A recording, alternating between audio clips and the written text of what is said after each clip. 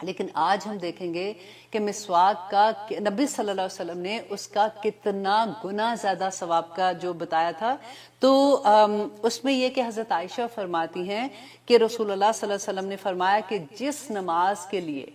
نماز کے لیے مسواک کی جائے وہ نماز کا ثواب 70 گنا زیادہ ملتا ہے. الحمدللہ 70 گنا زیادہ. آپ دیکھیے کہ جب ہم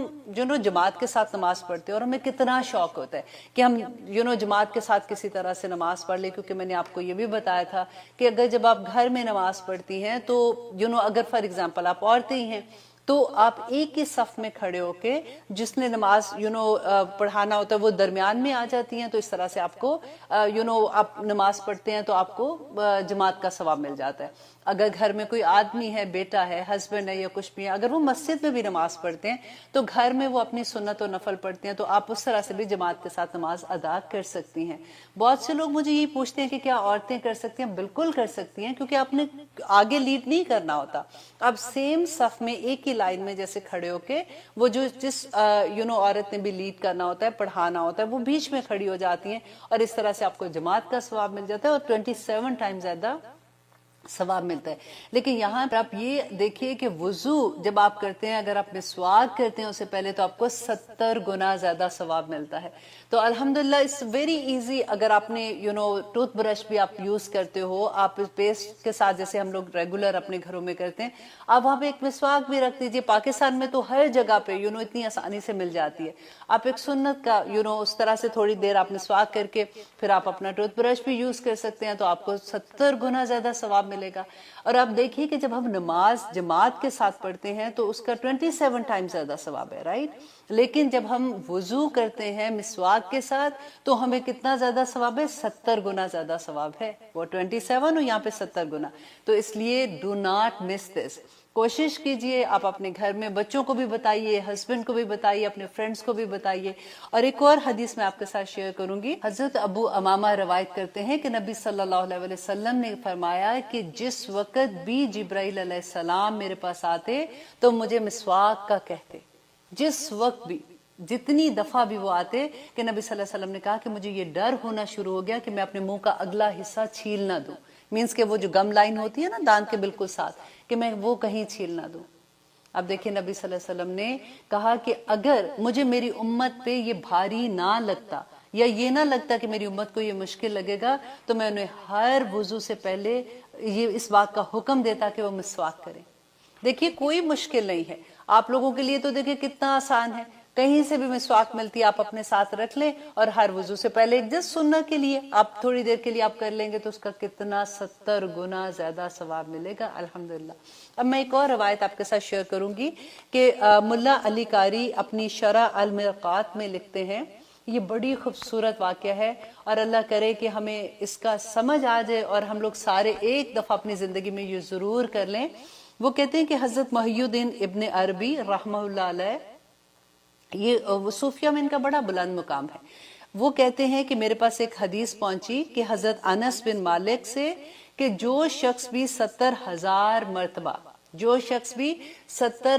مرتبہ کلمہ شریف پڑھے گا وہ اللہ سبحانہ تعالیٰ اس کو جنت میں داخل کریں گے. اب دیکھیے کتنی دفعہ ہم پڑھتے ہیں، وضو میں ہم نے پڑھا کہ جو یہ آیا پڑھ لے گا تو یہ دعا کر لے گا، اللہ سبحانہ تعالیٰ جنت کے سارے دروازے، 8 دروازے اس کے لیے کھل جائیں گے اور اللہ سبحانہ تعالیٰ اس کو کہیں گے کہ تم نے جس دروازے سے داخل ہونا ہے ہو جاؤ. اسی طرح سے چھوٹی چھوٹی چیزیں ہم پڑھتے ہیں کہ زمین و آسمان تک گناہ ہے تو معاف ہو جائیں گے. تو بیسیکلی یہاں پہ آپ یہ دیکھیے کہ اتنا پیار آتا ہے اللہ سبحانہ تعالیٰ پہ کہ ہماری چھوٹی چھوٹی چیزوں سے اتنے بڑے بڑے اجر جیسے ہوتے ہیں کہ ہم بچوں کو نہیں کہتے کہ دیکھو بچہ یہ کرو گے تو تمہیں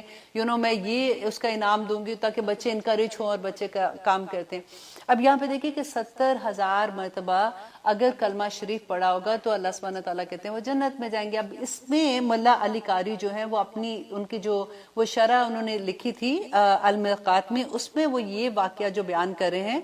وہ کہتے ہیں کہ ایک دفعہ کیا ہوا کہ یہ حضرت محی الدین ابن عربی کہتے ہیں کہ میں نے 70,000 دفعہ پڑھ کے رکھ لیا، لیکن میں نے کسی کا نام نہیں پڑھا ہوا تھا. میں نے ویسے جب میں نے سنا تو میں نے پڑھ کے رکھ لیا تھا، کیونکہ حضرت انس سے انہوں نے یہ حدیث سنی تھی. لیکن ان کو ابھی یہ نہیں پتا تھا اس کی کوئی ان کو کہ ایتھینٹسٹی جیسے ہوتا ہے حدیث کی، ابھی تک ان کو نہیں پتا تھا. کہتے ہیں میں نے سنا تھا کہ ایک لڑکے کے بارے میں کہ اس کو کشف ہوتا ہے